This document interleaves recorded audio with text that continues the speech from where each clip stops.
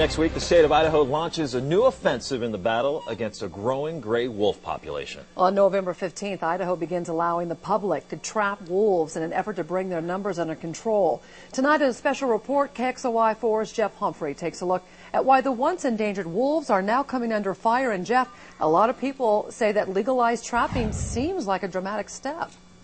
Nadine, the practice is as controversial as it is deadly. Beginning on Tuesday, hunters will be able to use snares and leg hold traps like this one in the hopes of catching as many wolves as possible. As you might expect, there is the potential for suffering and other animals inadvertently getting caught. But state wildlife officials insist the trapping program is now necessary because in North Idaho, wolves have gone wild. Just wait. They are starting to show up in our home videos. Don't worry. Be ready. Killing hunting dogs and ranchers' livestock. The first dog I found was Ruby. They didn't try to kill her by getting her by the throat, like they say that a predator does. No, they just went in and they started tearing her guts out and eating her alive. And now wolves in North Idaho are having heart-pounding run-ins with people. It's coming down pretty fast towards me, and it was rather nerve-wracking. I laid my bow on the ground and I thought, this thing is seriously wanting to eat me. So when it popped up over there, that was like 10 feet from where I was at, and I shot it, and it hit it in the head. The wolf Renee Anderson shot is one of more than at least 1,000 roaming rural Idaho. Once hunted to near extinction, wolves have enjoyed years of federal protection as an endangered species, and now making a strong comeback. Wolves are part of the landscape. I think that's a given. They're in fact, what we call a keystone predator. They're necessary for ecological health of systems. Environmentalists say a recovering wolf population is bringing back a balance between grazing game animals and their natural enemies. Now elk numbers are coming down, and they need to come down. They need to come down quite low for long-term watershed health. However, not many people living in towns like Pierce and Weippe, Idaho, welcome the way that wolves are affecting their everyday life. And outside of Weippe, we have a ton of wolves. There's tracks everywhere. I now have to pack a pistol with me every time I go riding, so I can't ride in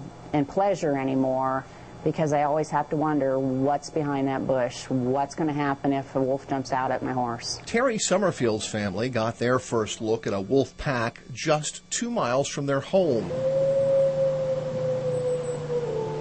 My husband was taking out our 15-year-old son to try to get him his first elk. Lured in by the Summerfield's cow elk calls, the wolves responded to investigate.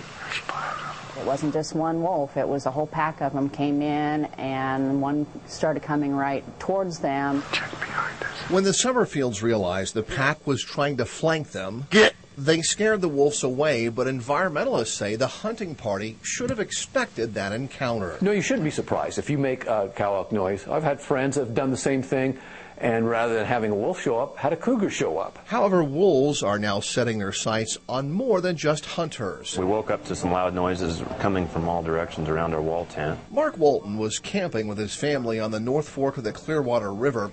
When the wolves woke up his children, the pack got even more aggressive. When they started to cry, the wolves just started howling like crazy, and they started coming in closer. Walton says the wolf sightings are now even commonplace around rural homes where farm animals make a tempting, easy meal. My wife can't go out in the yard without a rifle within close range.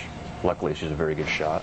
Got it. Meanwhile, from this office above a Moscow storefront, Friends of the Clearwater director Gary McFarland is trying to be heard over the clamor of a growing anti-wolf movement. The danger to humans has been way overblown. The Little Red Riding Hood syndrome is alive and well, and it's a problem. Wolves really don't represent a big threat to humans. In fact, there are no documented cases of wolf attacks on humans in the lower 48 states, but Idaho wildlife officials are certain wolves are killing big game. There is no doubt that the majority of the mortality that's occurring on our elk, particularly our elk calves and our moose calves, is due directly to wolves. Game trail cameras set up by the Summerfield family flesh out the statistics.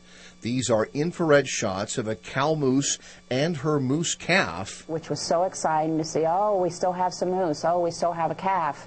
And then an hour later, at the exact same spot where the calf moose was, is a wolf standing, which was so disappointing because you knew that calf moose is no longer here. And that's why when Congress took the gray wolf off the endangered species list earlier this year, Idaho legalized wolf hunting. We need to reclaim our rural communities and our way of life. Hunting and fishing is a big industry, and wolves have impacted that big time. Idaho Fish and Game sold more than 6,000 wolf tags, but so far hunters have only killed a little more than 100.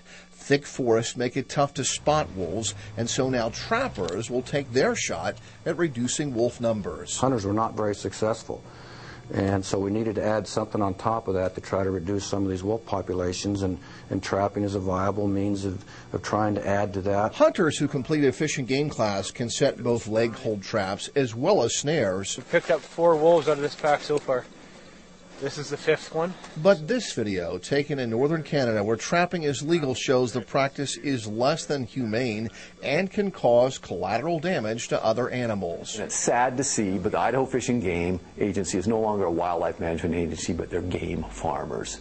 That's what they've become, especially since they want to kill so many wolves. But people living in and around Pierce say they'll be setting their wolf traps early next week, both for the benefit of shrinking elk herds as well as their family safety. It's not just something that somebody says to scare people. It's the truth. It's just a matter of time before someone is attacked or killed by wolves. And so, Mike and Nadine, here is what a leg hold trap looks like. When a wolf snaps on this plate right here, it snaps shut, and then an anchor line keeps the catch in place. By the way, trappers must check their traps once at least every 72 hours. Now, on Tuesday, environmentalists asked the Ninth Circuit Court of Appeals to find this latest delisting of the wolf illegal. The court has not yet rendered its decision, and until it does, Idaho Fish and Game officials hope that hunters and trappers can kill hundreds of wolves in the coming months. Reporting live in Spokane, Jeff Humphrey, KXLY4.